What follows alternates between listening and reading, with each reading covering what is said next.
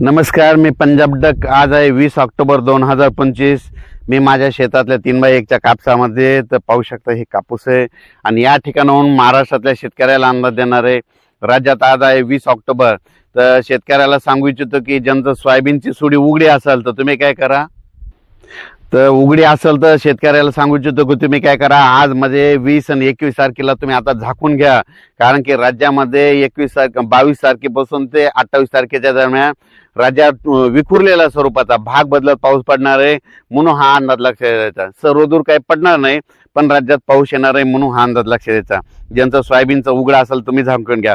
मग राज्यातल्या सर्व शेतकऱ्याला सांगू इच्छितो की मग हा राज्यात पाऊस कसा असणार आहे, तर राज्यातल्या सर्व शेतकऱ्याला सांगू इच्छितो की राज्यामध्ये 22 तारखेपासून आपण जिल्ह्यावाईज सांगू। तर सुरुवातीला काय होणार आहे, नांदेड जिल्ह्यातल्या शेतकऱ्यांनी अंदाज लक्षात द्यायचा। नांदेड जिल्ह्यातल्या शेतकऱ्याला सांगू इच्छितो नांदेड जिल्हा झालं, यवतमाळ जिल्हा झालं, वाशिम जिल्हा झालं, हिंगोली जिल्हा झालं, परभणी जिल्हा झालं, लातूर जिल्हा झालं, जालना जिल्हा झालं, वाशिम जिल्हा झालं, त्याच्यानंतर इकडं बीड जिल्हा, इकडं धाराशिव, सोलापूर, सांगली, सातारा, कोल्हापूर, पुणे, अहिल्यानगर ह्या पट्ट्यातल्या शेतकऱ्याला सांगू इच्छितो की म्हणजे ह्या पट्ट्यामध्ये 22 तारखेपासून ते 28 तारखेच्या दरम्यान विखुरलेल्या स्वरूपाचा वेगवेगळ्या भागात पावसाची हजेरी असणार आहे। सर्वदूर काही पडणार नाही म्हणून हा अंदाज लक्षात घ्यायचा। आणि त्याच्यानंतर मग सांगायचं झालं तर हा पाऊस राज्यामध्ये मराठवाडा आणि पश्चिम महाराष्ट्रात या पावसाचं थोडं स्वरूप जास्त असणार आहे आणि काही काही जिल्ह्यात काही काही भागात थोडा जास्त पडणार आहे, सर्वदूर काही पडणार नाही म्हणून हा अंदाज लक्षात घ्यायचा। आणि उर्वरित राज्यात सांगायचं झालं तर अमरावती, अकोला, वर्धा, नागपूर, भंडारा, गोंदिया, बुलढाणा, त्याच्यानंतर इकडे जळगाव, नाशिक, धुळे तिकडल्या भागात ह्या 2-3 दिवसात म्हणजे 22 ते 25, 22, 23, 24, 25च्या दरम्यान थोडं काही ठिकाणी ढगाळ वातावरण होईल, तुरळक ठिकाणी पाऊस पडेल म्हणून हे अंदाज लक्षात घ्यायचा। म्हणजे सांगायचं झालं तर त्या पट्ट्यामध्ये म्हणजे त्या उत्तर महाराष्ट्र, पश्चिम विदर्भ, पूर्व विदर्भात एवढा काही पाऊस पडणार नाही म्हणून हा अंदाज लक्षात घ्यायचा। कशामुळे इकडल्या मराठवाड्यात आणि पश्चिम महाराष्ट्रात कशामुळे पाऊस पडणार आहे, तेलंगणा आणि आंध्र प्रदेश आणि तामिळनाडू, केरळ इकडे पाऊस पडणार आहे।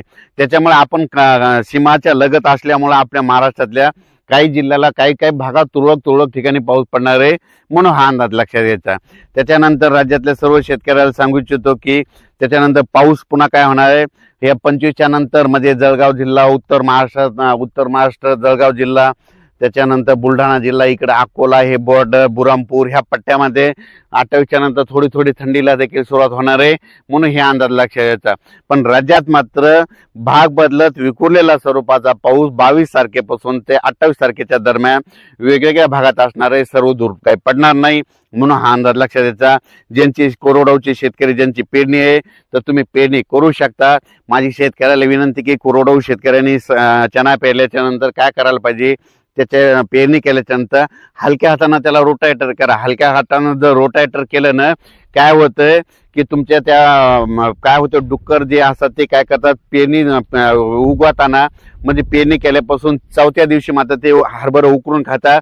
जर तुम्ही रोटावेटर केलं तर ते झाकून जातं, त्या डुकराला लक्षात येत नाही म्हणून हे अंदाज सर्व शेतकऱ्यांनी लक्षात येतात। पण राज्यातल्या सर्व शेतकऱ्याला सांगू इच्छितो की राज्यामध्ये 22 तारखेपासून ते 28 तारखेच्या दरम्यान फक्त मराठवाडा आणि पश्चिम महाराष्ट्राकडे विखुरलेल्या स्वरूपाचा पाऊस पडणार आहे म्हणून हा अंदाज लक्षात घ्यायचा। सर्वदूर काही पडणार नाही म्हणून हा देखील अंदाज लक्षात घ्यायचा।